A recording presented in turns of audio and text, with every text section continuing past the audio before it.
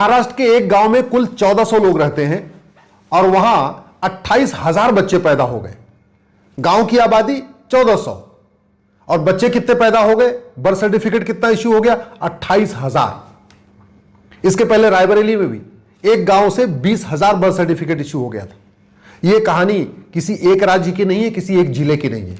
यह कड़वी सच्चाई है कि भ्रष्टाचार के कारण पूरे देश में फर्जी डॉक्यूमेंट बन रहा है।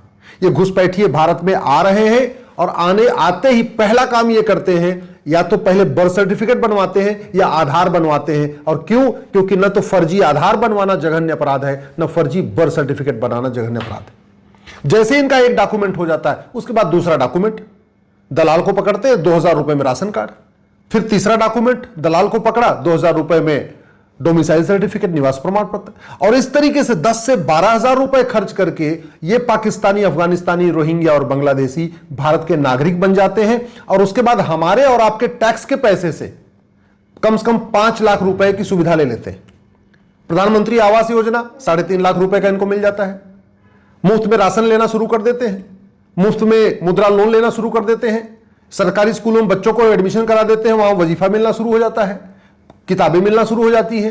तो दुनिया मतलब लगभग 5 लाख रुपए का साल में फायदा उठा लेते हैं। और इसके पीछे मूल कारण क्या है? कानून है घटिया, न्यायिक व्यवस्था सड़ी हुई है। हमने आज तक ये सोचा ही नहीं कि मानवाधिकार मानव का होना चाहिए या दानों का होना चाहिए। मानवाधिकार भारतीयों का होना चाहिए या रोहिंग्या, पाकिस्तानी, अफगानिस्तानी, बांग्लादेशी घुसपैठियों का होना चाहिए। मानवाधिकार किसका होना चाहिए? जो ईमानदारी से काम कर रहे हैं, सच्चाई से काम कर रहे हैं, मेहनत के साथ काम कर रहे हैं, या जो फर्जीवाड़ा कर रहे हैं। और ये नतीजा ये है कि धीरे धीरे करके जितने भी भारत में रह रहे हैं 5 करोड़ से ज्यादा पाकिस्तानी, अफगानिस्तानी, रोहिंग्या, बांग्लादेशी, ये कागज बनवाते चले जा रहे हैं। और बहुतों ने 50% से ज्यादा, लगभग 3 करोड़ के आसपास, तो उन्होंने बाकायदा वोटर आईडी में नाम तक अपना जुड़वा लिया है। कैसे रुकेगा? जब कानून बदला जाएगा। अभी जहां महाराष्ट्र में 1400 जनसंख्या है गांव की और 28,000 बर्थ सर्टिफिकेट इश्यू हुआ है, सरकार किसकी है? राष्ट्रवादी। उत्तर प्रदेश के रायबरेली जहां से 20,000 फर्जी डॉक्यूमेंट बने, सरकार किसकी है? राष्ट्रवादी। इसका मतलब यह हुआ कि सांसद और विधायक बदलने से भ्रष्टाचार खत्म नहीं होता, मंत्री और मुख्यमंत्री बदलने से भ्रष्टाचार खत्म नहीं होता। और यह कड़वी सच्चाई आपको बता रहा हूं, जमीनी स्तर पर भ्रष्टाचार रत्ती भर कम नहीं हुआ है। नगर निगम में करप्शन रत्ती भर कम नहीं हुआ है, थाने में भ्रष्टाचार रत्ती भर कम नहीं हुआ है, लेखपाल पटवारी जितना ले रहे थे उतना ही ले रहे हैं, पेशकार तहसीलदार जितना ले रहे थे उतना ही ले रहे हैं, पीडब्ल्यूडी डिपार्टमेंट में भ्रष्टाचार बिल्कुल रत्ती भर कम नहीं हुआ है, आरटीओ ऑफिस में भ्रष्टाचार रत्ती भर कम नहीं हुआ है। और इस भ्रष्टाचार का दुष्परिणाम यह है कि पाकिस्तानी, अफगानिस्तानी, रोहिंग्या, बांग्लादेशी फर्जी डॉक्यूमेंट बनवा के भारत के नागरिक बनते जा रहे हैं। यह आरटीओ ऑफिस पे जो पाकिस्तानियों और रोहिंग्या, बांग्लादेशियों का ड्राइविंग लाइसेंस बनाते हैं, चलो 3,000-4,000 रुपए कमा लेते हैं, उनको इस बात की चिंता नहीं है कि ये घुसपैठिए कुछ दिन के बाद हमारा घर जलाएंगे। उनको समझ में नहीं आ रहा है। ये कॉमन सर्विस सेंटर वाले जो 2,000 रुपए में आधार बना के दे रहे हैं घुसपैठियों का, उनको इस बात की टेंशन नहीं है कि ये घुसपैठी अगर भारत में रहेंगे, भारत की डेमोग्राफी बदल जाएगी, तो जो पाकिस्तान में हो रहा है, जो अफगानिस्तान में हो रहा है, जो बांग्लादेश में हो रहा है, कल को भारत में भी होगा। इसकी चिंता नहीं है। अभी उनको पैसा दिख रहा है और पैसा देके मतलब बढ़िया मोटा माल कमा रहे। चाहे वो आपके पीडब्ल्यूडी डिपार्टमेंट, चाहे वो थाने वाले हो, चाहे वो तहसील वाले हो, चाहे जिला कचहरी वाले हो, चाहे वो नगर निगम के दलाल हो, सब पैसे ले लेके काम करते जा रहे हैं। और भ्रष्टाचार कैसा? कानपुर का एक लेखपाल 100 करोड़ की प्रॉपर्टी पकड़ी गई। भ्रष्टाचार कैसा कि मध्य प्रदेश का एक हवलदार, पुलिस का सिपाही 400 करोड़ की प्रॉपर्टी। भ्रष्टाचार ऐसा, जीएसटी के इंस्पेक्टर, जीएसटी के ऑफिसर 200 करोड़ की प्रॉपर्टी। भ्रष्टाचार रत्ती भर कम नहीं हुआ है। क्यों? क्योंकि सरकारें बदली हैं, सांसद विधायक बदले हैं, पार्टियों की सत्ता बदली है, मुख्यमंत्री बदले हैं, लेकिन व्यवस्था वही पुरानी चल रही है। और मैं कह रहा हूं 90% भ्रष्टाचार खत्म हो जाएगा। और मैं ये भी कह रहा हूं, अगर ये भ्रष्टाचार खत्म नहीं हुआ तो जो आपको आज पाकिस्तान में देखने को मिल रहा है, जो आपको बांग्लादेश में देखने को मिल रहा है, जो आप अफगानिस्तान में देखने को मिल रहा है, वही आपको 25 साल के बाद भारत में देखने को मिलेगा। भ्रष्टाचार हमारे लिए कैंसर है। भ्रष्टाचार सनातन धर्म के लिए, सनातन संस्कृति के लिए, हमारे आने वाली पीढ़ियों के लिए कैंसर है। क्योंकि जितना भी डेमोग्राफी बदल रही है उसके पीछे कहीं ना कहीं भ्रष्टाचार है, उसके पीछे कहीं ना कहीं पैसा है। इसलिए मैं आप लोगों से हाथ जोड़ के निवेदन कर रहा हूं, अगर अपने बच्चों की चिंता है, अगर 25 साल के बाद आपको अपना मकान, दुकान, खेत खलिहान बचाना है, 25 साल के बाद अपने नाती पोते को बचाना है, अपनी बहन बेटियों को बचाना है, तो आवाज उठाइए भ्रष्टाचार के खिलाफ। और भ्रष्टाचार तभी खत्म होगा जब 100 रुपए से बड़ी नोट बंद होगी। भ्रष्टाचार तभी खत्म होगा जब 1000 रुपए से ऊपर कैश लेन देन बंद होगा। भ्रष्टाचार तभी खत्म होगा जब 10,000 रुपए से ऊपर आधार अनिवार्य हो जाएगा।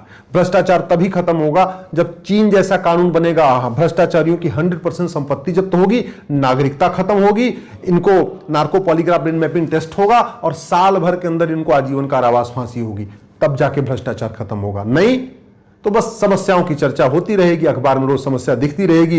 यहाँ लेखपाल पकड़ा गया, 50 करोड़ की प्रॉपर्टी थी, यहाँ सिपाही पकड़ा गया, 100 करोड़ की प्रॉपर्टी थी, यहाँ कोडिन सिरप किसी ने बना लिया, उसने 500 करोड़ कमा लिया, किसी ने नकली कप सिरप बना के ये कर लिया, किसी ने ये कर लिया। लोग फर्जी आधार बना के करोड़पति बन रहे हैं, फर्जी राशन कार्ड बना के करोड़पति बन गए हैं, फर्जी ड्राइविंग लाइसेंस बना के करोड़पति बन गए हैं, फर्जी बर्थ सर्टिफिकेट बना के करोड़पति अरबपति बन गए हैं। फर्जीवाड़ा कर करके लोग करोड़पति अरबपति बन रहे हैं, अपना मकान बना रहे हैं, दुकान बना रहे हैं, फ्लैट खरीद रहे हैं, फार्म हाउस खरीद रहे हैं। लेकिन इस भ्रष्टाचार कारण हमारे और आपकी आने वाली जनरेशन को खतरा है। और एक बात अच्छी तरीके याद रखिएगा, आज के जिन नेताओं की आप जय जयकार कर रहे हैं, ये 25 साल के बाद आपकी बहू बेटी बचाने नहीं आएंगे। जिन नेताओं की आप जय जयकार कर रहे हैं, ये 25 साल के बाद आपका मकान और दुकान बचाने नहीं आएंगे।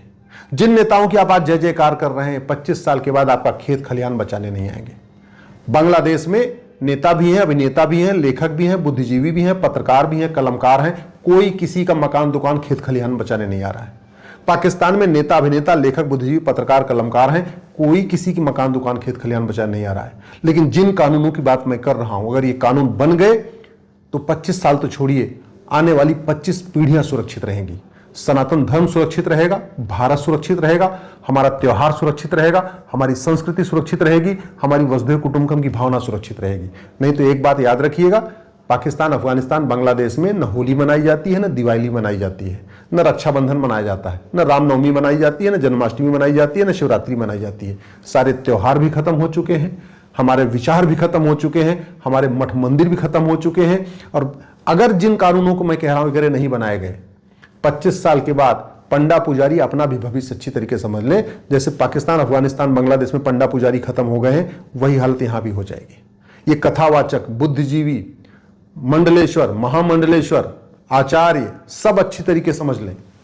अगर भ्रष्टाचार खत्म नहीं किया, जनसंख्या विस्फोट को नहीं रोका, तो जो कुछ हमारे पड़ोस में हो रहा है वो सब कुछ यहां होगा।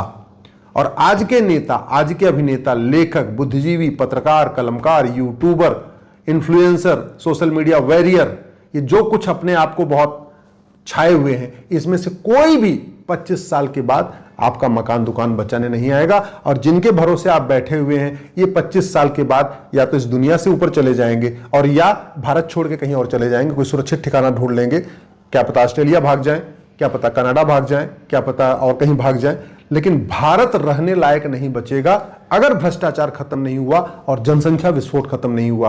और भ्रष्टाचार, जनसंख्या विस्फोट लोगों के चाहने से खत्म नहीं होगा। भ्रष्टाचार, जनसंख्या विस्फोट के खिलाफ संसद में कठोर कानून बनाना पड़ेगा। इसलिए दल गुलामी छोड़ दीजिए, पार्टियों की गुलामी छोड़ दीजिए, अपने सांसद से जाके मिलिए, अपने विधायक से जाके मिलिए और उनको कहिए कि जैसे अमेरिका में फेडरल पिनल कोड है, ऐसा ही भारत में भी लागू करें। इस बीएनएस को बदलें। जैसे अमेरिका में 1 नेशन 1 पिनल कोड है, ऐसे भारत में 1 नेशन 1 पिनल कोड लागू करें। जो घटिया कानूनों का मकरजाल चल रहा है, इसको खत्म करें। फर्जी आधार, फर्जी राशन कार्ड, फर्जी ड्राइविंग लाइसेंस, फर्जी बर्थ सर्टिफिकेट, फर्जी वोटर आईडी बनाने और बनवाने को जघन्य अपराध घोषित करें। फर्जी कागज बनाने वालों की प्रॉपर्टी जब्त करने, नागरिकता खत्म करने, साल भर के अंदर उनको आजीवन कारावास, फांसी देने के लिए कानून बनाए, तब देश सुरक्षित होगा। नहीं तो तू मैं करने से, आरोप प्रत्यारोप करने से, नूरा कुश्ती करने से, बतौलेबाजी करने से, प्रेस कॉन्फ्रेंस करने से, सेमिनार करने से, कॉन्क्लेव करने से कोई एक भी खतरा कम नहीं होगा और फिर हम धीरे धीरे बर्बादी की तरफ बढ़ जाएंगे।